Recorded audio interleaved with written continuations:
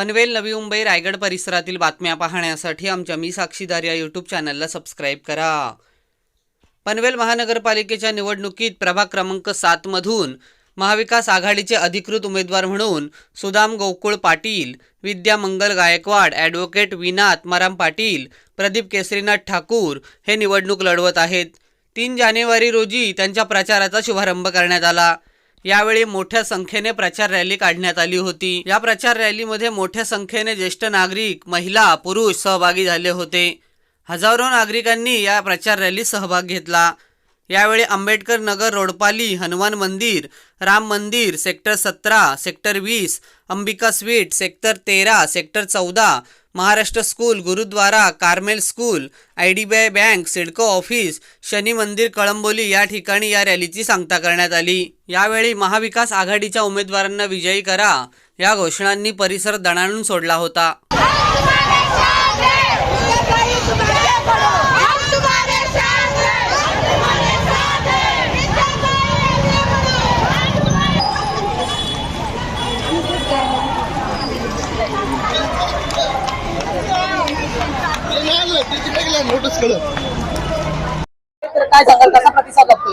आपण त्याचे साक्षीदार आहात का? ही जनतेने आता निवडणूक हातामध्ये घेतलेली आहे।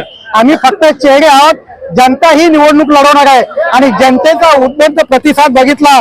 खरोखर म्हणजे जनतेचे हे ऋण आमच्यावर आहेत आणि जनता स्वतः रस्त्यावर उतरलेली आहे। गेल्या 8 वर्षामध्ये सत्ताधाऱ्यांनी जे त्यांचं अपयश आहे, कुठलंही काम केलेलं नाही, फक्त निवडणूक आली म्हणून रस्ते चकाचक केले। याच्या पलीकडे ठेकेदारांच्या व्यतिरिक्त कुठलाही यांचा अजेंडा नाही। पाण्याचा प्रश्न नाही, म्हणजे जल प्रदूषण असेल, वायू प्रदूषण असेल, मालमत्ता कर असेल, असे अनेक प्रश्न, शाळांच्या RTIचे ऍडमिशन्स असतील, नशाबंदी असेल, प्लास्टिक बंदी असेल, या सगळ्या ठिकाणी या सत्ताधाऱ्यांचं अपयश आहे।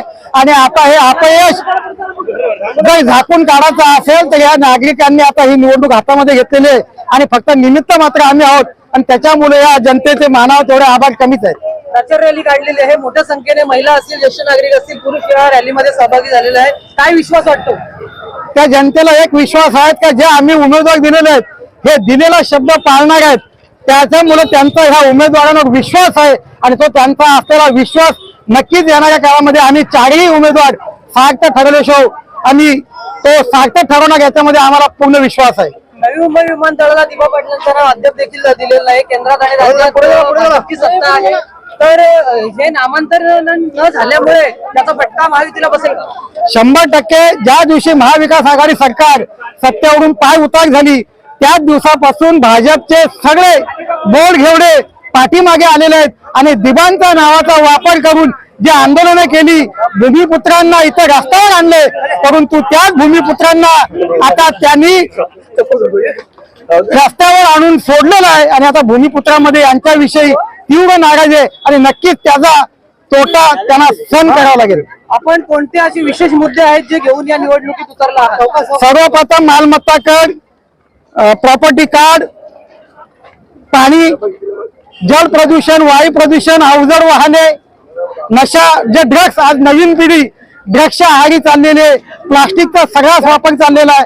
ह्या सगळ्या मुद्द्यांना हात घालून पार्किंगची व्यवस्था नाही, ह्या सगळ्या मुद्द्यांना आणि सर्वात मोठा जे भ्रष्टाचार महापालिकेमध्ये आहेत, काही ठेकेदारांसाठी ही महापालिका आहे, त्या ठेकेदारांवर अंकुश लावण्यासाठी आणि त्यांना वेळ पडल्यास त्यांच्या विरोधात आंदोलन उभारून त्यांना जेलमध्ये टाकण्यापर्यंतची सुद्धा आमची तयारी आहे। येणाऱ्या काळामध्ये आम्ही ते आंदोलन तीव्र करू आणि लोकांना न्याय देऊ। 15 जानेवारी रोजी मतदान पार पडत आहे, तर मतदारांना काय आवाहन करा? मतदारांना एवढंच आवाहन करेन की जी लोक फक्त निवडणुकीच्या काळात रस्त्यावर येतात, ऑफिस उघडतात, तुम्हाला काहीतरी लालच आमिष देतात, त्या थोड्याशा आमिषाला बली न पडता डॉक्टर बाबासाहेबांच्या संविधानाने तुम्हाला जो एकमताचा अधिकार दिलेला आहे, आपलं मत विकू नका। कारण अंबानी अदानीलाही एकमत आहे आणि माझ्या सामान्य कुटुंबाच्या कार्यकर्त्याला पण एकच मत आहे। आपलं बहुमोल मत विकू नका, आपल्यासाठी काम करणारा कोण आहे एवढं लक्षात ठेवून मतदान करा, हीच मतदारांना विनंती आहे।